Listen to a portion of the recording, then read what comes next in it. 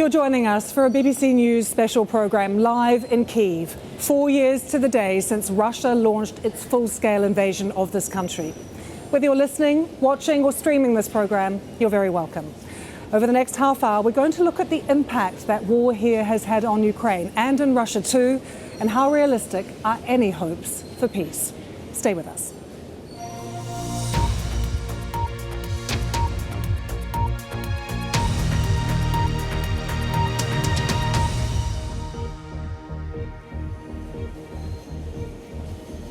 Hello, I'm Lucy Hockings. You're joining us live from the Lyukivnivska metro station in residential Kyiv. This station is a place that people come to for warmth when they've got no electricity at home and it is freezing cold. They come here too, though, for shelter to escape the bombardment. But this metro station has been hit 6 times in the past 4 years. And as I look around, I can see windows that are boarded up with plywood after being blown out from those blasts. The walls outside are pockmarked with shrapnel.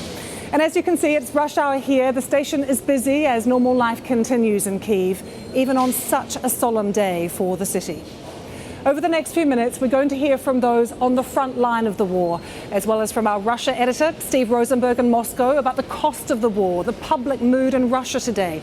We're going to take stock of where diplomatic talks are with our international editor, Jeremy Bowen, also our State Department correspondent, Tom Bateman, and our Europe editor, Katia Adler. But let's start by reminding you of that moment 4 years ago that Russia launched its invasion. We're live in Ukraine and the country at war after a huge Russian military offensive by land, sea and air. The onslaught began just before dawn with a barrage of missiles on multiple targets right across the country.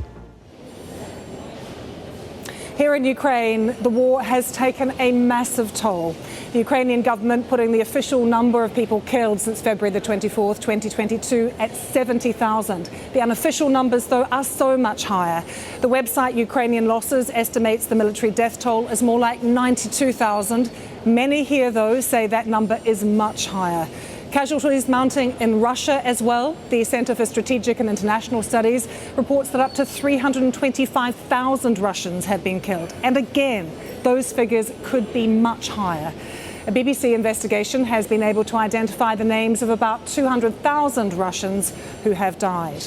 Well, Ukraine is a massive country. Just to remind you, this is the second largest country in Europe, and every corner of it has been touched by the war in some ways.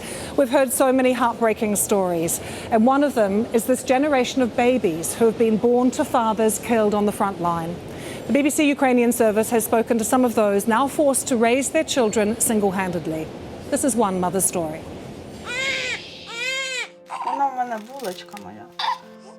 She is my little bun.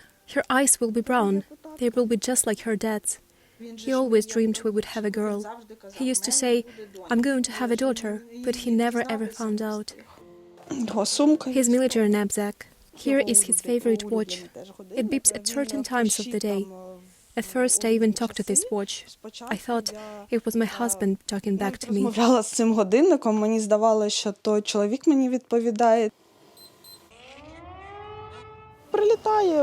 Sometimes the city gets hit by Russian missiles. At times, the bombings are really brutal.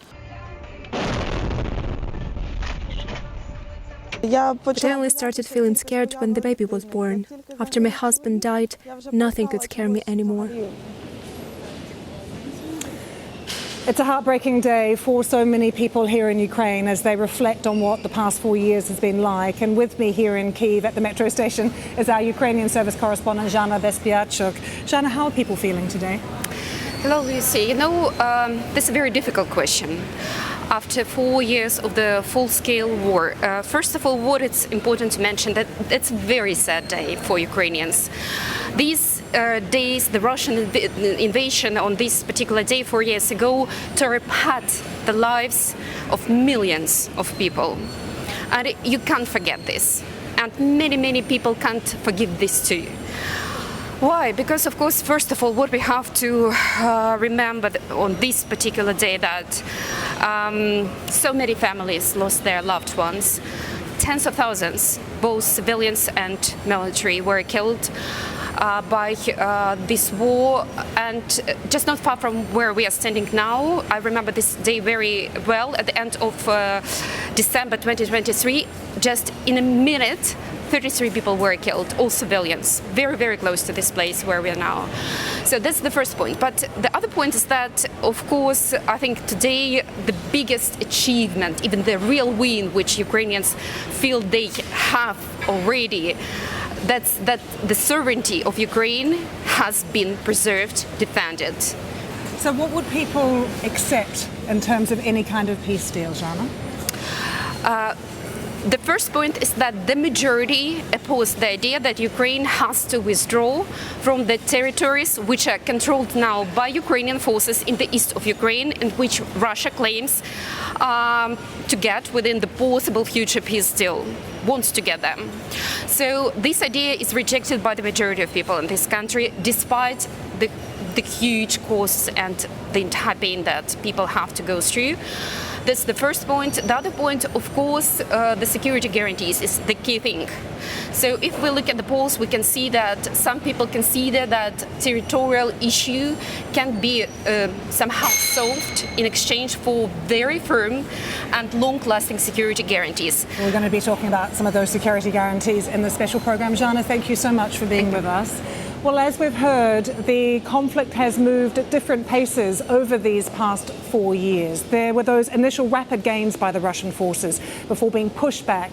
And in the past 12 months, Russia's gains have been so much slower too. Just to give you an idea, at the current rate we're at now, there are estimates that suggest it would take more than 100 years for Russia to occupy all of Ukraine.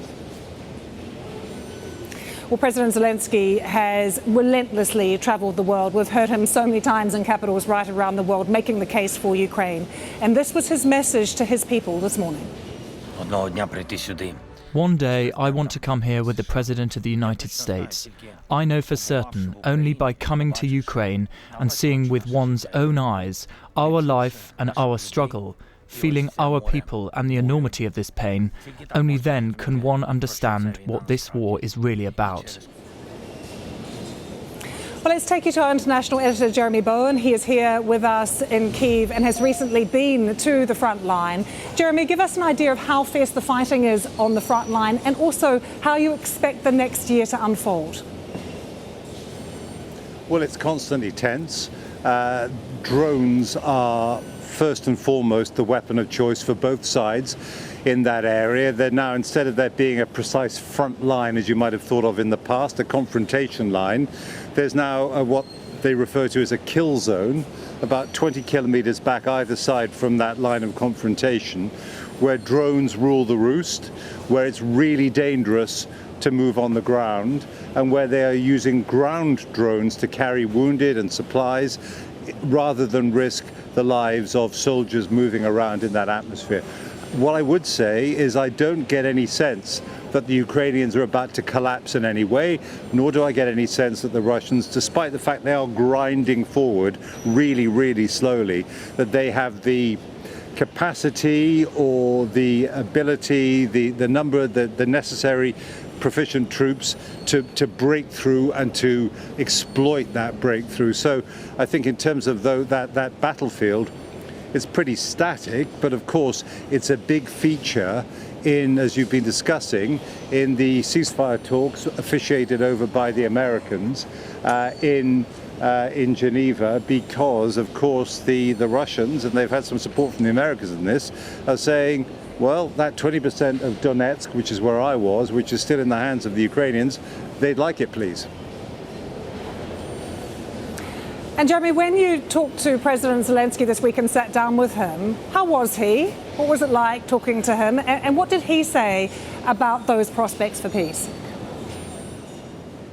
Well, I find him incredibly buoyant, to be honest. I mean, the man has a lot of energy despite 4 years in a really hard job, living behind really extreme security, moving around the world. And of course, you can't fly in and out of this country. He's got to get a 12-hour train to get close to the Polish border to get out.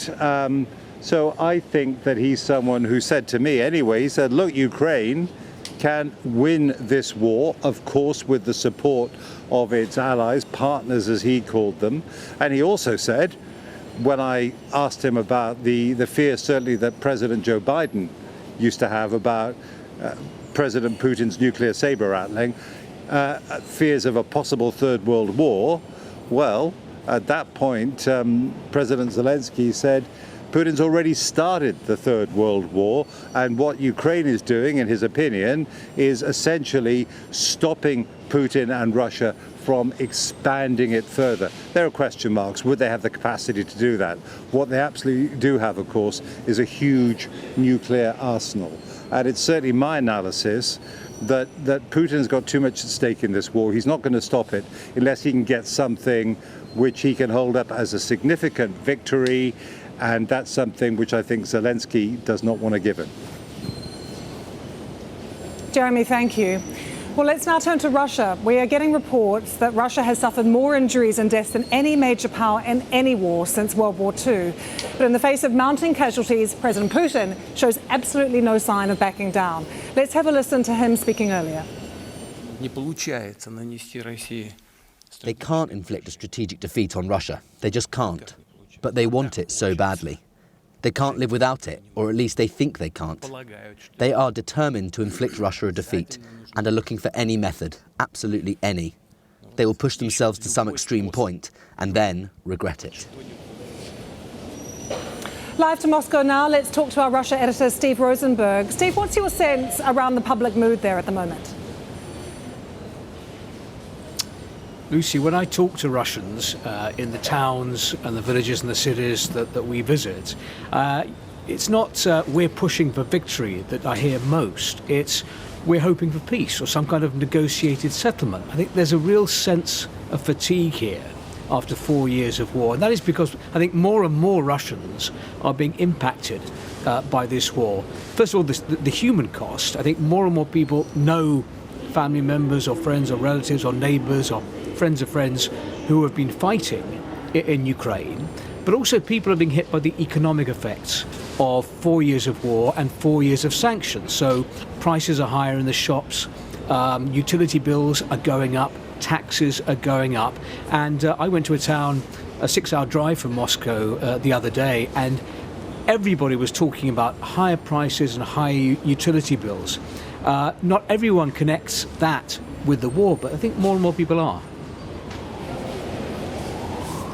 Steve, I know you hate being asked what Vladimir Putin is thinking, but is there any sense that he is close to wanting to end this war? I think that Vladimir Putin would be happy to sit down tomorrow and sign a peace deal if that peace deal was on his terms, and if that peace deal meant the capitulation of Ukraine, that he'd be happy to do that. Otherwise, he gives the impression of being a man who wants to continue with this war, despite the fact that it has not gone at all according to plan, this special military operation, despite the huge battlefield casualties that Russia has suffered, and they are huge. I mean, no official figures are released here on numbers, but wherever we go, we see monuments to Russian soldiers who've been killed in Ukraine. There are special sections at cemeteries in many towns and villages of soldiers who were killed in Ukraine. So clearly a lot of people have been killed. He is determined to push on, I think, because he believes that in this war of attrition, Russia has the staying power and will prevail in the end. Steve, thank you. Steve Rosenberg, our Russia editor there live in Moscow. A reminder, if you're just joining us, this is a special programme on the BBC News website, TV, radio and audio services. 4 years since Russia's full-scale invasion of Ukraine. Well, let's turn now to global efforts to bring the conflict to an end. And one of the most shocking moments was that White House meeting, you'll remember it, between President Trump and President Zelensky this time last year. It was such an explosive encounter, beamed around the world with the two men arguing in front of the cameras. And there was also that meeting between President Trump and Putin in Alaska, which has led to further diplomatic talks, but no big breakthrough. And it's the US, of course, that is so key to unlocking any diplomatic progress. So let's take you to Tom Bateman, who is the BBC State Department correspondent who has been covering this for months now. Tom, where do you think President Trump is at with all of this? Because in the past we've seen him accusing President Zelensky of being the problem. Do you think that the White House believes that it can actually deliver a breakthrough now?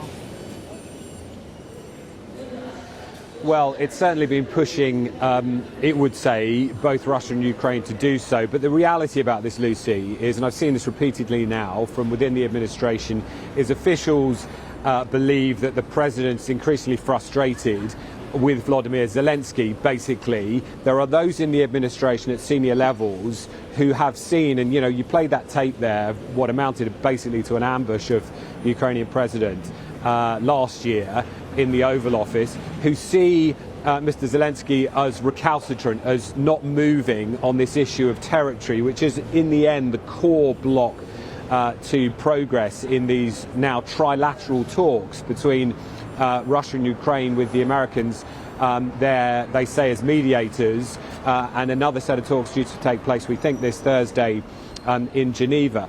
But all of that is a sign, remember, of how fundamentally the US administration has shifted from the Biden position into the Trump administration over this war. The removal of American-funded military weapons support for Ukraine, its ally, or what was its ally in this war, the re-engagement of the Russian leadership by the Americans, bringing them back onto the world stage. And I think that all talks to a much deeper shift that we're now seeing in great clarity from the Americans, which is about the principle that has existed, the West has said, has always backed, the Americans have backed it, on paper at least, since the end of the Second World War, the idea of territorial integrity, that big countries shouldn't just be allowed to swallow up smaller and weaker ones. And I think we're now seeing in multicolour the American abandonment of that principle. And this is what is really worrying the Europeans, that they're going to push the Ukrainian leadership into having to capitulate on that 20% of their own country,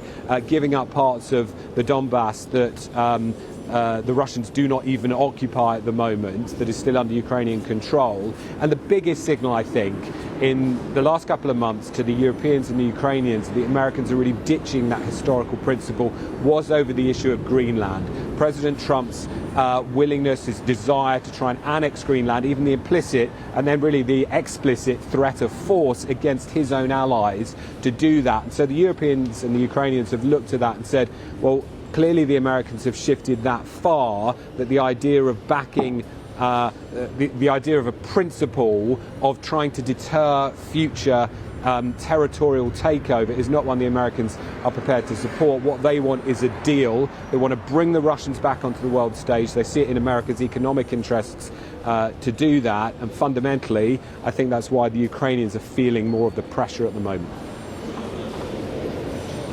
Tom, thank you so much. Well, let's talk more about some of what Tom just raised and the established global order that has been upended by the war in Ukraine, because this is a conflict that's led to a huge realignment in Europe, changing the landscape in terms of defence spending, as Tom was saying, and security as well. There was an extraordinary show of solidarity from European leaders in the wake of that Trump-Putin summit we were discussing, putting on a united front at the White House and making the case for Ukraine. Let's take you to Katya Adler, who is our Europe editor. Katya, what extent do you think, because it is remarkable to see all the European leaders who are in Kyiv today, what extent do you think that this is a war that is really uniting Europeans now?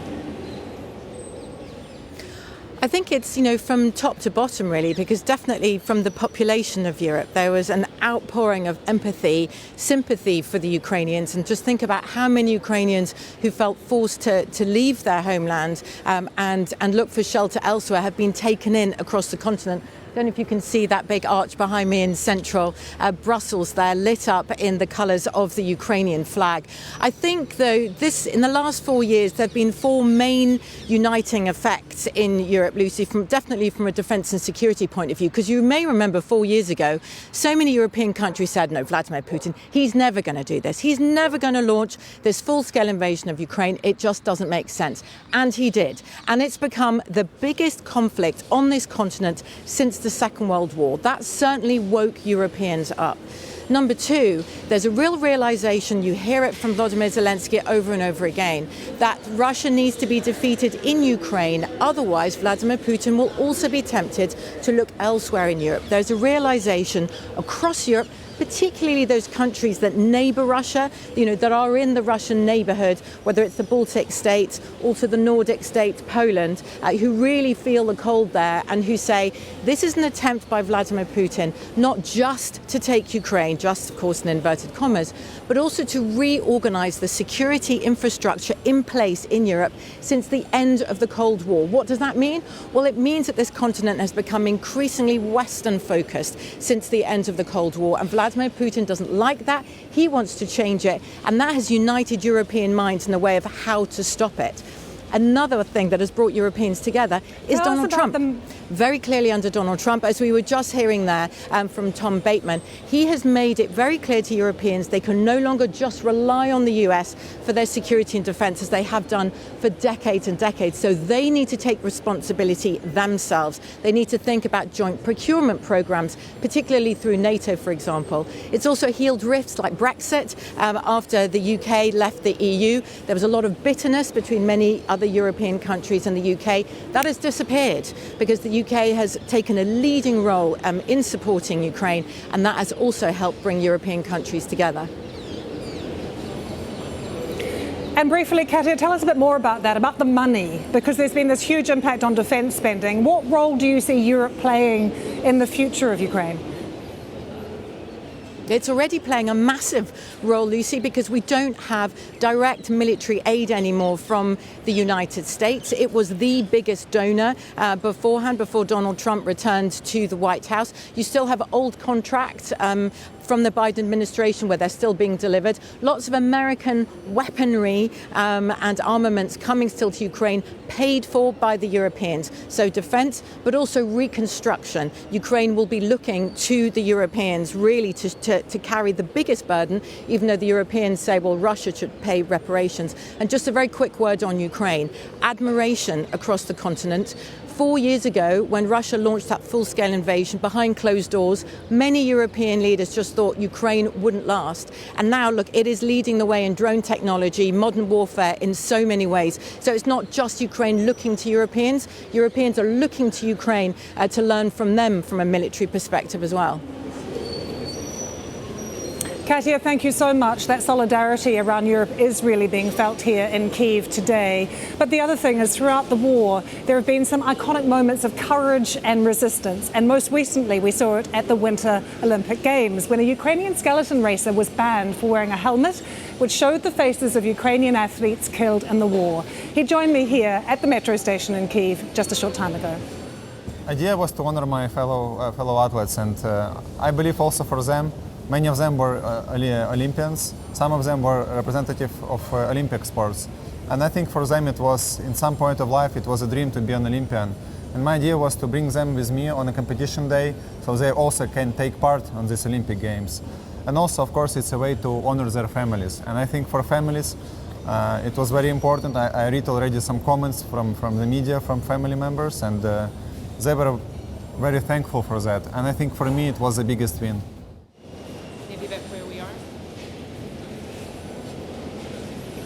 Really lovely to speak to him just a short time ago, talking to me about how important that moment was for him at the Olympics to represent Ukraine, to be seen really as, holding the memories of those that have died, telling people around the world what is happening here. Well, when Vladimir Putin sent his military across the border into Ukraine, it's thought he expected to overrun this country within 10 days. Some even thought Ukraine would be under Russian control before that first week was out. But here we are, 4 years to the day since that full-scale invasion began. It's been 4 years of missile and drone attacks, 4 years of these massive power outages. People have been left freezing at night through this bitter cold winter. 4 years of suffering as well. And as Volodymyr Zelensky told the BBC this week, Ukraine is still here. More peace talks are expected at the end of this week. But for the people of this country, tomorrow they will wake up in a country that is still at war. Thank you for joining us here in Kyiv.